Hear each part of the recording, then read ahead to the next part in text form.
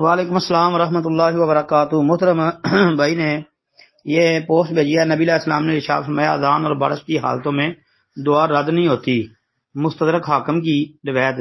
محترم بھائی، مستدرک حاکم والی یہ روایت جو آپ نے جلد اور صفحہ نمبر لکھا ہے اس میں تو نہیں ملی، البتہ یہ بات درست ہے، البتہ بات بالکل صحیح ہے کہ اذان اور اقامت کے درمیان دعا رد نہیں ہوتی، یہ بات ثابت ہے۔ ایک بات جی، پھر دوسری بات کہ بارش کے وقت دعا جو ہے وہ قبول ہو جاتی ہے، جس طرح کہ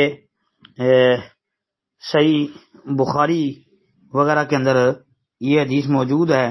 صحیح بخاری میں 1013 نمبر پر جو ہے روایت دیکھ لیں، اور مسلم میں 897 نمبر پر جی۔ اس کے علاوہ بھی آپ کو یہ روایت ابو داود، نسائی، صحیح ابن حبان، ابن خزیمہ کی صحیح میں، اور مسند ابی اعلی، مسند احمد وغیرہ کے اندر مل جائے گی۔ اس میں یہ ہے نا کہ نبی علیہ الصلوۃ والسلام کے خطبے کے دوران ایک آدمی نے سوال کیا کہ اللہ کے رسول بارش کی دعا کر دیں، جب ضرورت بارش کی تھی تو آپ نے دعا مانگی، بارش شروع ہو گئی، پورا ہفتہ بارش ہوتی رہی۔ اگلے جمعے کو وہی صحابی یا کوئی اور انہوں نے پھر یہ نبی علیہ السلام سے کہا کہ اب تو راستے بند ہو چکے ہیں، دعا کریں، اب ہمیں بارش کی ضرورت نہیں۔ تو نبی علیہ الصلوۃ والسلام نے بارش کے دوران یہ دعا مانگی تھی، اللہم ہوا علینا ولا علینا، ہوا علینا ولا علینا، اللہم علی الاکام والجبال والاجام والزراب والاودیۃ ومنابت الشجر، اے اللہ ہمارے ارد گرد بارش برسا، ہم سے اسے روک دے، اے اللہ ٹیلوں، پہاڑوں، پہاڑیوں، وادیوں اور باغوں کو سیراب کر۔ جب آپ نے یہ دعا فرمائی تو بارش ختم ہو گئی اور دھوپ نکل آئی۔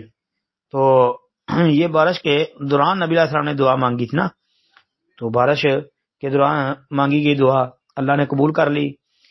پھر مزید اس مسئلے کو جاننے کے لیے آپ شیخ البانی رحمۃ اللہ علیہ کی سلسلہ حدیث سیاح جی اس کو دیکھیں جی، 1469 نمبر حدیث جی، اس سے بھی آپ کو پتہ چل جائے گا۔ السلام علیکم ورحمۃ اللہ۔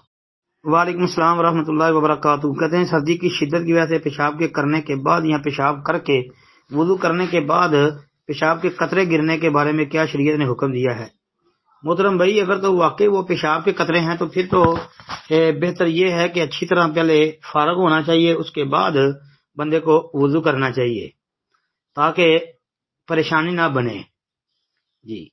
اور اگر یہ واقعتاً جی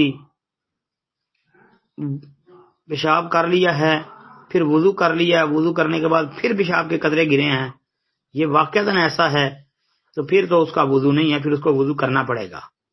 دو باتیں۔ تیسری بات وہ یہ ہے کہ اگر یہ بیماری ہے، اگر یہ بیماری ہے کہ بیماری کی وجہ سے یہ پیشاب کے قطرے آتے ہیں، تو اس بارے میں عرب علماء اور پاکستان کے بھی کچھ کبار علماء کا موقف یہ ہے کہ وہ جو ہے بس وضو کرے اور نماز پڑھ لے، کیونکہ یہ بیماری ہے نا، تو اس کی نماز کہتے ہیں یہ درست ہوگی۔ باقی اس بارے میں مزید کبار علماء کی طرف بھی آپ رجوع کر سکتے ہیں، کیونکہ یہ فقہی مسئلہ ہے، اس میں کافی سارا جو ہے نا اہل علم کے درمیان اختلاف بھی پایا جاتا ہے۔ السلام علیکم ورحمۃ اللہ۔